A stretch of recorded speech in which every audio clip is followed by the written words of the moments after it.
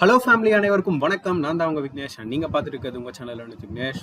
So ஒரு சோகமான செய்தி என்ன அப்படின்னா, ஏஎல்பி சிபிடி டூவோட ஃபர்ஸ்ட் அண்ட் செகண்ட் ஷிஃப்ட், அதாவது இன்னைக்கான எக்ஸாம் மொத்தமாக கேன்சல் ஆகிருக்கு.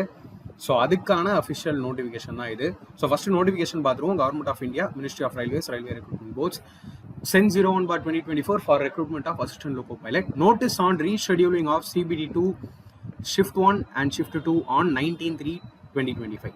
Due to unforeseen technical issues, the exam scheduled on 19/3/2025 Shift 1 and Shift 2 are being rescheduled for centers where exam could not be conducted.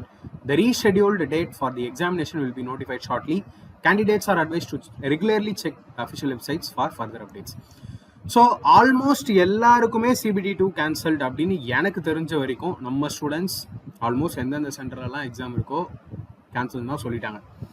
So அதையும் மீறி யாராவது ஒரு சில சென்டரில் CBD2 கொடுத்தீங்களா இன்னைக்கு ஷிஃப்ட் 1 ஆர் ஷிஃப்ட் 2ல அப்படிங்கிறத மறக்காமல் கமெண்ட்டில் சொல்லுங்கள்.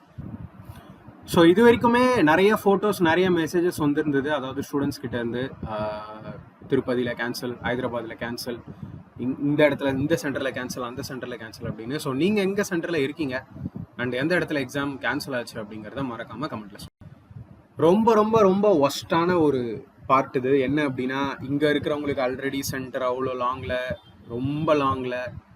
ரொம்ப தூரத்தில் போட்டாங்க. அப்படியும் நம்ம ஸ்டூடெண்ட்ஸ் கஷ்டப்பட்டு ட்ராவல் பிளான்லாம் பண்ணி மணி ஸ்பெண்ட் பண்ணி போகும்போது இந்த மாதிரி ஆகுறது இது ஃபேர் இல்லை. வெறும் 6000 பேருக்கு அப்படிங்கும்போது இந்த மாதிரி ஒரு அவங்களுக்கு என்ன அப்படி டெக்னிக்கல் இஷ்யூ வந்துச்சு அப்படின்னு தெரியல. பட் எனிவே, இந்த ரீஷெட்யூலிங் அவ்வளோ சீக்கிரம் பண்ணிட மாட்டாங்க. அதாவது சில டவுட்ஸ் இருக்கலாம். இப்போ உங்களுக்கு நாளைக்கு எக்ஸாம் நடந்துருமா, அங்கேயே இருக்கவா, லாங்கில் போயிருக்கோம் அங்கேயே இருக்கவா அப்படின்லாம் கேட்டிங்கன்னா வேண்டாம், நீங்கள் ரிட்டர்ன் ஆகிடலாம். இந்த ரீஷெட்யூலிங்கை பொறுத்த வரைக்கும் மினிமம் 3 days ஆகலாம், இல்லை மேக்ஸிமம் 1 week வரைக்கும் கூட ஆகலாம். பட் அஃபிஷியல் நோட்டிஃபிகேஷனுக்கு நம்ம வெயிட் பண்ணுவோம். அட்லீஸ்ட் அந்த சென்டராவது கொஞ்சம் நியர்பையாக கொடுத்தாங்க அப்படின்னா நல்லாயிருக்கும். ஸோ CBD2 ஆஸ்பிரன்ட்ஸ் யாரும் அப்செட் ஆகாதீங்க.